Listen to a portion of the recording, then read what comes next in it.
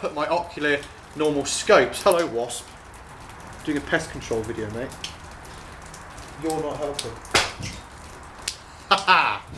Hey guys, James here again, and you find me hiding down at the Gunroom and Country Clothing on the outdoor range because it's November and lo and behold, it's hammering it down with rain. Just what every air gunner wanted. So I thought we'd do the next instalment in the My Setups. Now, I've already covered the Impact that you see in front of me when it was in its summer mode, target, you know, when we were doing the card splitting and the long range air gunning. But on a normal day-to-day basis, when I am not doing the silly stuff that you see on the channel, the Impact is one of my pest control rifles. So I've got two rifles that I rely on a day-to-day basis. I carry them in my vehicle pretty much 24/7, as that is my job. I'm a pest control marksman, and that pays my mortgage, it pays for these guns. So these are the guns that I put my faith, my money and my trust in to allow me to work to my best potential. So we'll start with the Impact and then we'll move across to my Weihrauch again in 2 seconds. It's not a gun that you've seen for a while, so we'll go into the specs of that. But as I say, we'll start with the Impact. Now, not a lot has changed since the last Impact video you would have seen. The only thing that has changed is the unit that I'm running on top. So for anybody that's not seen that video before, the Impact really, I haven't done a huge amount to. We've upgraded the shroud and the moderator. Now this is a Huggett Impact specific shroud and a Belita moderator. They're not listed on their website, but if you go to your local firearms dealer or whoever you go to who's got an account with the guys at Huggett, they can order these in. There's nothing fancy about the ordering process. It's just not on their website. So that is the front end. Moving back, all that I've really done on here is done the side shot conversion for the magazine. So I now run a 38 round magazine with the conversion block on the bottom. Pretty straightforward to do. I've covered it in videos before, so the information, if you want it, is there. Other than that, this is just a standard Mark 1 Impact. It's one of the early variations as well. It's one of the first that came into the UK. I have only tuned it. There's no Gucci parts, no new regulators, nothing like that. I've literally just tuned it and it does everything that you've seen on the channel. It's laser accurate and I absolutely love it to bits.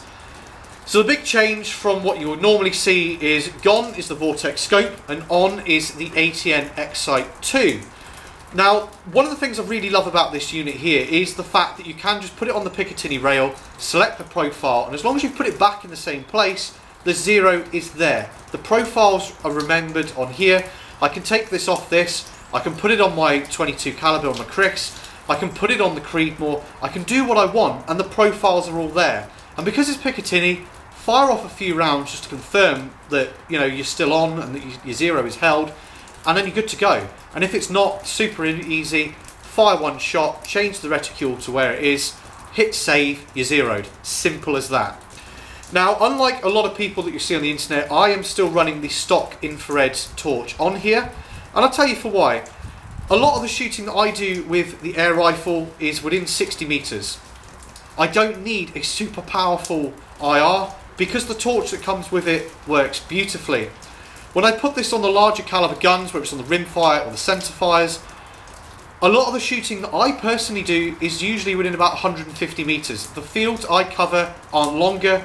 I have no interest in taking long range shots at night. Safety, it's not a willy waving exercise at the end of the day. You're there to do pest control. I like to get things close. I like to keep things as close as possible. So for what I do at the moment, having this IR torch, it covers everything I need it to do. If I wanted more IR, then yeah, sure, I could change the torch, it's not a problem.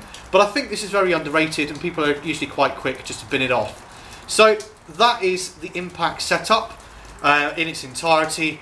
And as I say, this kind of fills its place usually at night. I've recently done a shoot on an island of all places.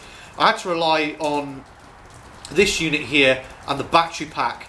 Now the battery pack, as you see, it's a bit of a bodge to get it on the back here. It is designed usually for a traditional rifle, but with a bit of wizardry I have been able to get it on in such a way that I can still actuate the cocking lever and I'm not blocking the magazine. So I can have a battery pack in here, I charge that up in the van as I'm driving around, and I can have a full night shooting and still have power left to charge my phone up purely off this battery pack. Now running off AA batteries, it will drop a lot quicker. As I say, when I was on the island the other day, I did accidentally forget to bring the battery along. I had the pack, it was on the gun, but I left the battery charging in the van. So I had to rely on my backup set of AA batteries, and I was amazed. I got about 2 hours of shooting before I could get the boat back across the mainland, before I started getting a bit twitchy with low battery. Which for AA batteries and a night vision unit, I was actually really impressed.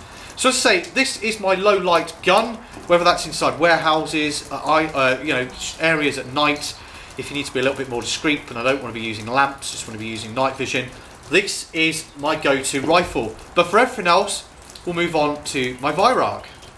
So, a lot of you would have seen this gun for years on the channel. This is my Weihrauch HW100 KT. Now this is the laminate, so now I have to say, of all the laminate stocks I've seen, I really like this one. Laminate stocks, sometimes, it depends what the cut in the wood is. You either get a good one or you get a bad one. And I would say this was a good one. Now setup wise on this, I have done nothing to this gun at all, other than put a set of sports match mounts on the top. I've put a little anti-cant bubble meter here so I can see where I'm at. I've put a Hawk sidewinder, and then I've taken the Weihrauch moderator off, and I've put a Hug-It Beliter on the end of it. Now, to be completely honest with you, the Hug-It moderator it's very, very quiet, but it's not as quiet as the HW moderator. The reason I changed it, one, I really like the look of the Beliters, and two, the standard HW for what I was doing inside of roof spaces, it added extra length. So I had to make a sacrifice between the efficiency of the silencer versus the efficiency of just being able to move it around. So the Beliter really was the best of both worlds. It's super quiet, but it is a little bit shorter, which is a bonus. Again, on the top, just the Hawk sidewinder. I haven't swapped this one out at all. It's illuminated on the reticule, so if the light is a little bit low, if you're inside a warehouse or anything, you can turn the illumination on. It just works really well. Now, I will do a separate video purely on the HW at some point, as I believe this is probably one of the best air rifles ever made, pound for performance. You can't beat this rifle. Some of you may have seen on my Facebook channel, I had a few problems with a leak. Now this gun is 8 years old. It's been up and down ladders, on roofs, in buildings, dusty conditions, out in the wet. It has not had an easy life. As I say, this is the rifle I use the majority of the time when I'm at work to basically earn my keep. So it's being used heavily, and it just comes out the other side laughing every single time. So I will do another video on this, but that is the setup I run. Now hopefully you've enjoyed the video, seeing the two guns here that I've got that I used basically to make my living. I will continue on. Obviously we've got the Crown and we've got a couple other rifles that I want to include as well on the My Setup kind of series. And obviously if you've got any questions, any comments, feel free to put them below. And again, you will see a lot of these guns coming up very, very shortly, and a lot more use, obviously, just once this rain has stopped and I can get out and actually enjoy ourselves. So as I say, any questions, any comments, feel free to put them in the box below. Until next time, guys, thanks for watching, and we'll see you next time.